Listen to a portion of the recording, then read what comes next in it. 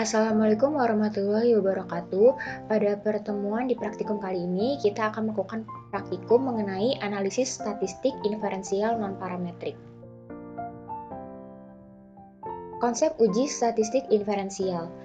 Ciri-ciri dari standard error adalah bahwa error yang terjadi biasanya berdistribusi normal yang besarnya berbeda batch. Faktor utama yang mempengaruhi standard error adalah jumlah sampel. Semakin banyak jumlah sampel, semakin kecil standard errornya. Kemudian pengujian hipotesis, yang merupakan proses pengambilan keputusan di mana peneliti mengevaluasi hasil penelitian terhadap apa yang ingin dicapai. Selanjutnya ada uji signifikasi, yaitu cara untuk mengetahui adanya perbedaan antara dua skor. Signifikasi merujuk pada tingkat statistik dari probabilitas di mana kita bisa menolak hipotesis 0. Analisis statistik inferensial adalah sebuah metode yang dapat digunakan untuk menganalisis kelompok kecil dari data induk atau sampel yang diambil dari populasi sampai pada peramalan dan penarikan kesimpulan. Tujuan dari metode statistik inferensial ini adalah membuat kesimpulan umum tentang karakteristik populasi berdasarkan apa yang dapat dipelajari dan didapat dari sampel yang diperoleh dari populasi tersebut. Metode dalam memperoleh kesimpulan menggunakan analisis statistik inferensial itu ada inferensial parametrik, yaitu metode yang digunakan dalam membuat kesimpulan populasi dari sampel yang memiliki data yang terdistribusi normal. Kemudian ada inferensial non-parametrik, di mana metode ini digunakan dalam membuat kesimpulan populasi dari sampel yang memiliki data yang tidak terdistribusi normal. Analisis statistik inferensial non-parametrik itu metode yang digunakan dengan asumsi data yang tersedia tidak terdistribusi normal, jenis data dengan skala pengukuran normal atau ordinal sampai dengan sampel acak.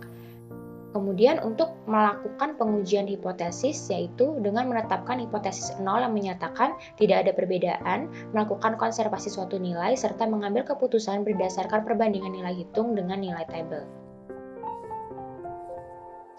Kemudian ini merupakan penerapan dari metode analisis inferensial.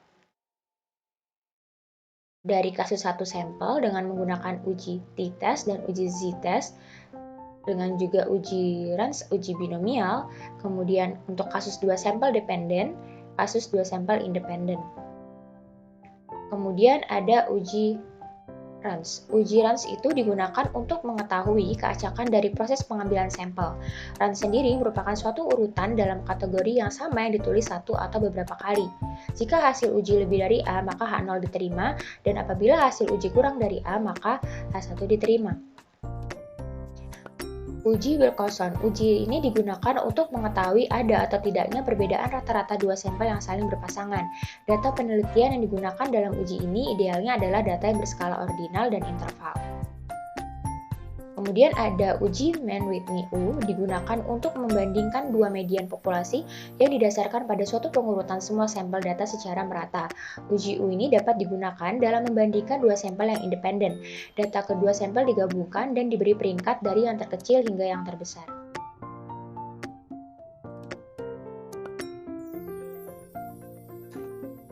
Selanjutnya adalah mengolah data di SPSS. Kemudian kita melihat dulu yaitu di data Excel-nya. Di sini ada dua kategori yaitu kesejahteraan masyarakat dan juga tingkat aksesibilitas dan konektivitas. Kemudian kita buat kategorinya kesejahteraan masyarakat itu dengan 1 dan aksesibilitas konektivitas itu dengan 2. Lanjut kita ke SPSS. Yang pertama adalah kita isi dulu terkait variabel view-nya dengan grupnya yaitu value 1 kesejahteraan masyarakat dan value 2 adalah aksesibilitas dan konektivitas, lalu klik OK dengan jenis data nominal. Kemudian untuk persepsi kita buat value-nya 1 sampai dengan 5 yaitu sangat berkontribusi, cukup berkontribusi, tidak berkontribusi, dan sangat tidak berkontribusi, lalu klik OK. Untuk jenis datanya adalah data ordinal. Kemudian di data view-nya kita buat dari 1 sampai 10 dengan kategori 1 yaitu kesejahteraan masyarakat, dan untuk nomor 11 sampai dengan nomor 20 yaitu dengan kategori 2 yaitu aksesibilitas dan konektivitas. Lalu kita copy datanya yang sudah kita dapatkan.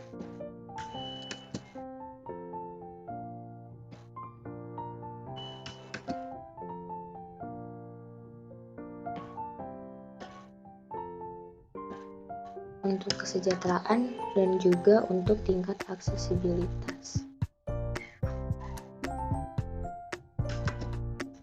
Lalu jika sudah, klik Analyze, kemudian Non-Parametric Test, Legacy Dialogues, kemudian To Independent Sample.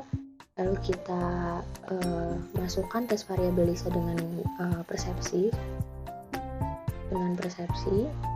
kemudian grouping variabelnya dengan grup. Kemudian untuk grup satunya kita klik 1, untuk grup 2 nya kita klik 2, lalu continue. Kemudian klik OK. Kemudian didapatkan bahwa nilai SIG-nya adalah 0,001.